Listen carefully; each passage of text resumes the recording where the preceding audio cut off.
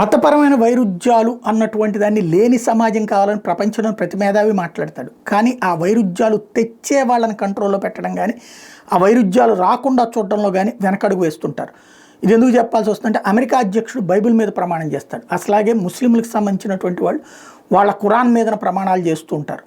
అయితే ఇక్కడ అందరూ ఫ్రెండ్సే, కానీ అసలు దగ్గరకు వచ్చేటప్పుడు మతాన్ని మాత్రం వాళ్ళు వదలరు. అదే భారతదేశం లాంటి చోట్ల భగవద్గీత పట్టుకుంటే నేరం దోషం అన్నటువంటి విధంగా ప్రొజెక్ట్ చేసేటటువంటి దరిద్రులు ఉన్నటువంటి సమాజం మంది నడుస్తోంది. ఇది పక్కన పెడితే అమెరికా అధ్యక్షుడు ట్రంప్ తాజాగా ఏమంటాడు, I think Islam hates us, we have to be vigilant, we cannot have people coming in to this country who hate us. అది నేను మొన్ననే చెప్పా.